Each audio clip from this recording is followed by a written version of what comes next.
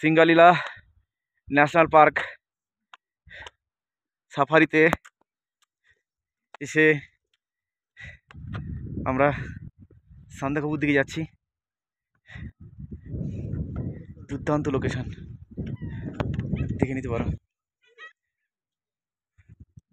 সূর্যালোক হালকা করে উঠছে এবং পাহাড়কে দেখার আলাদা একটা অনুভূতি আছে যদি পাহাড়কে পাহাড়ের মতো করে দেখা যায়।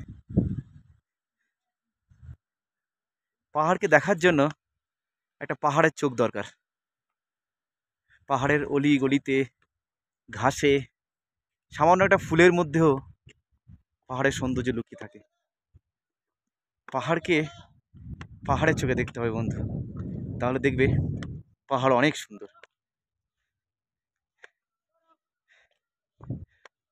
আমরা সান্দাকফুতে এসেছি, যেটি পশ্চিমবঙ্গের সবচেয়ে বড় শৃঙ্গ, সবচেয়ে উঁচু শৃঙ্গ। দাদা আমার কারেকশন করে দিল, সেই পিকে আমরা যাচ্ছি।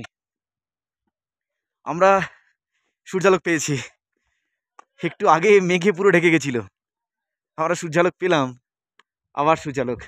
ভারতীয় সেনাবাহিনী দেখছি, ওদের এখানে ওদের রুট আছে এবং এখানে ওরা থাকে। আমরা এই যে সান্দাকফুর পিকে চলে এসেছি। সান্দাকফুর পিক পয়েন্ট অফ সান্দাকফু। এতটা রাস্তা ট্রেক করতে করতে আসার ফলে জীবনটা সার্থক।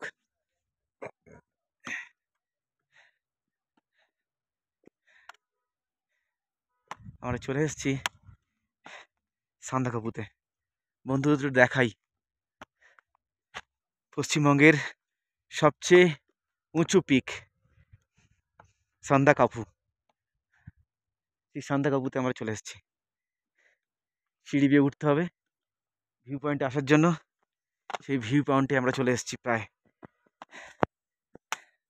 আমি উঠছি সিঁড়ি বেয়ে, অপূর্ব সুন্দর।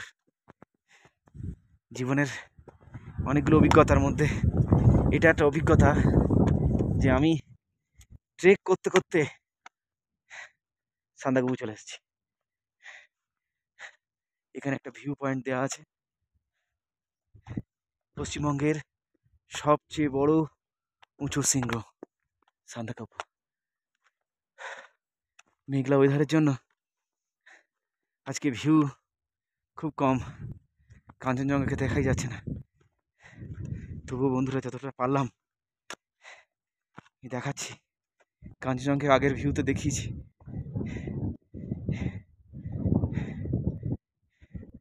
এই ভিউ পয়েন্ট অসাধারণ, অনেকদিন মনে থাকবে, অনেকদিন মনে থাকবে পাহাড়কে।